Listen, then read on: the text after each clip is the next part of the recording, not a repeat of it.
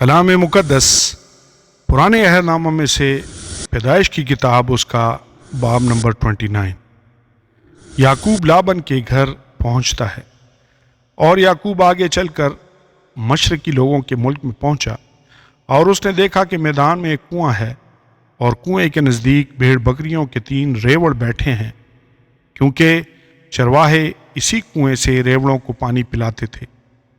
اور کنویں کے منہ پر ایک بڑا پتھر دھرا رہتا تھا، اور جب سب ریوڑ وہاں اکٹھے ہوتے تھے تب وہ اس پتھر کو کنویں کے منہ پر سے ڈھلکاتے اور بھیڑوں کو پانی پلا کر اس پتھر کو پھر اسی جگہ کنویں کے منہ پر رکھ دیتے تھے۔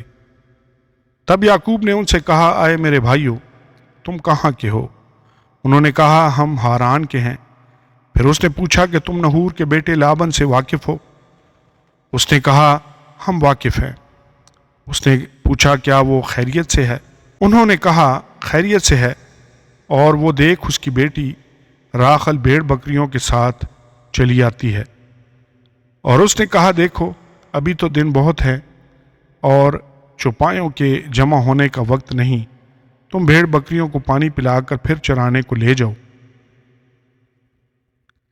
انہوں نے کہا، ہم ایسا نہیں کر سکتے، جب تک کہ سب ریوڑ جمع نہ ہو جائیں، تب ہم اس پتھر کو کنویں کے منہ پر سے ڈھلکاتے ہیں اور بھیڑ بکریوں کو پانی پلاتے ہیں۔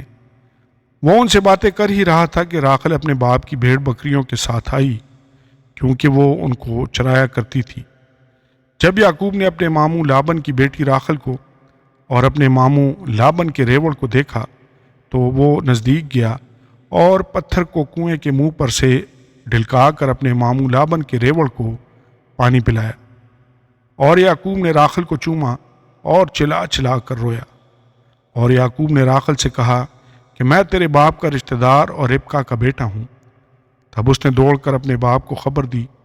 لابن اپنے بانجے کی خبر پاتے ہی اس سے ملنے کو دوڑا اور اس کو گلے لگایا اور چوما اور اسے اپنے گھر لایا۔ تب اس نے لابن کو اپنا سارا حال بتایا۔ لابن نے اس سے کہا کہ تو واقعی میری ہڈی اور میرا گوشت ہے۔ سو وہ 1 مہینہ اس کے ساتھ رہا۔ یعقوب راخل اور لیا کی خاطر لابن کی خدمت کرتا ہے۔ تب لابن نے یعقوب سے کہا، چونکہ تو میرا رشتہ دار ہے تو کیا اس لیے لازم ہے کہ تو میری خدمت مفت کرے؟ سو مجھے بتا کہ تیری اجرت کیا ہوگی۔ اور لابن کی 2 بیٹیاں تھیں، بڑی کا نام لیا اور چھوٹی کا نام راخل تھا۔ لیا کی آنکھیں چندی تھیں، پر راخل حسین اور خوبصورت تھی، اور یعقوب راخل پر فریفتہ تھا۔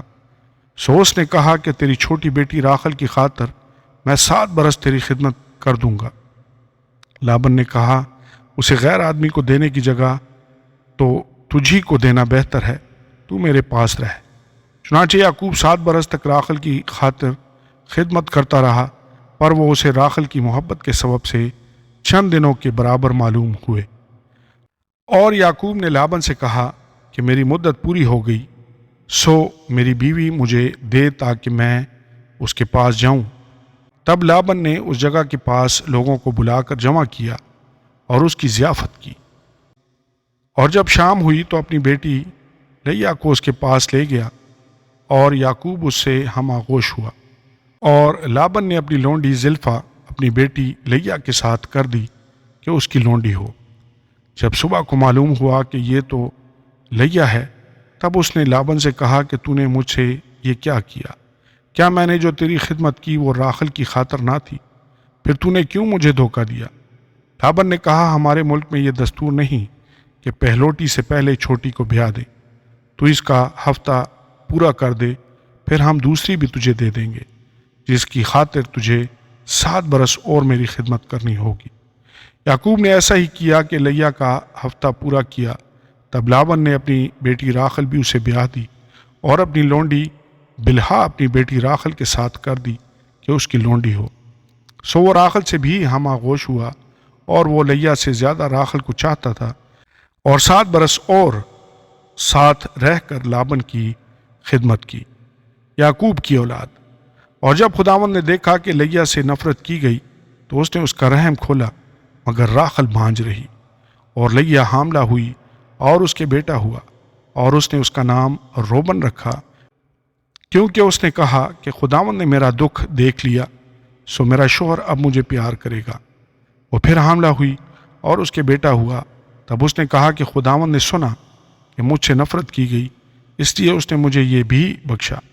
سو اس نے اس کا نام شمعون رکھا۔ اور وہ پھر حاملہ ہوئی اور اس کے بیٹا ہوا۔ تب اس نے کہا کہ اب اس بار میرے شوہر کو مجھ سے لگن ہوگی، کیونکہ اس سے میرے 3 بیٹے ہوئے، اس لیے کہ اس کا نام لاوی رکھا گیا۔ اور وہ پھر حاملہ ہوئی اور اس کے بیٹا ہوا۔ تب اس نے کہا کہ اب میں خداوند کی ستائش کروں گی، اس لیے کہ اس کا نام یہودا رکھا۔ پھر اس کے اولاد ہونے میں توقف ہوا۔ آمین اور آمین۔